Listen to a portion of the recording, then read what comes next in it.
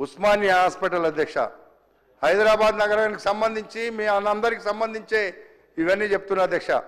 Osmania hospital ఎలా ఉంది అధ్యక్ష? నేను చదువుకునే రోజుల్లో ఉస్మానియాకు పోతే బ్రహ్మాండంగా ఉండేది.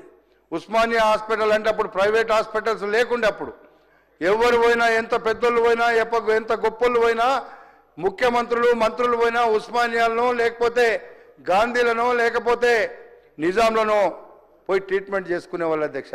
కానీ ఈరోజు మీరు ఎప్పుడైనా పోయినరో లేదో, నేను ఒక 2 సంవత్సరాల కింద ఉస్మానియాకి పోయిన అధ్యక్ష. అసలు నిలబడడానికి అక్కడ 1 నిమిషం కూడా ఉండలేని పరిస్థితి దాపురించింది అధ్యక్ష. అక్కడ నిలబడితే అసలు మనం ఎక్కడున్నామో, ఏదో చెత్త కుప్పలలో ఉన్నామా, హైదరాబాద్లో తీసుకొచ్చిన చెత్తంతా వేసిన జాగాలు ఉన్నామా అనేటువంటి విధంగా ఉస్మానియా హాస్పిటల్ తయారైంది అధ్యక్ష.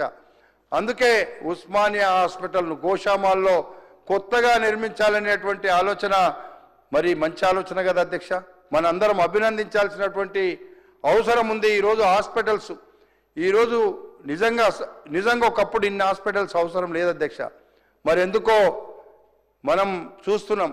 అప్పుడు 60 ఏళ్ళ తర్వాత హాస్పిటల్కి పోతే అది చాలా ఏదో గొప్పగా ఆలోచించేది, నిజంగా హాస్పిటల్ పోయిన రావిళ్ళని. అప్పుడు ఇళ్ళలోనే వైద్యం చేసుకొని మన వాళ్ళు మనల్ని బతికిచ్చారు అధ్యక్ష. కానీ ఈరోజు పరిస్థితి చూస్తే ఇళ్ళల్లో ఉంటే ఎవడు బతకడు, హాస్పిటల్కి పోతేనే బతికే పరిస్థితి వచ్చింది. మనము ఎంత మంచి ఆహారం తిన్నా, ఎంత జాగ్రత్తగా ఉన్నా ఉండేటువంటి పొల్యూషన్ వల్ల, మనం నివసిస్తున్నటువంటి ప్రాంతాల్లో ఉండేటువంటి పొల్యూషన్ వల్ల మన గ్రామాలకు హైదరాబాదుకు తేడా కూడా ఉంది అధ్యక్ష. గ్రామాలలో ఉంటే కొద్దిగా మంచి గాలి నీళ్లు దొరుకుతాయి, హైదరాబాద్లో ఉంటే పొల్యూషన్లో బతికే పరిస్థితి ఈరోజు ఉన్నాం. అందుకే ఈరోజు ఉస్మానియా హాస్పిటల్లో అక్కడ ఉండే పరిస్థితులను చూసి ఈ ప్రభుత్వం తీసుకున్నటువంటి నిర్ణయం చాలా మంచి నిర్ణయము, మంచి కార్యక్రమము.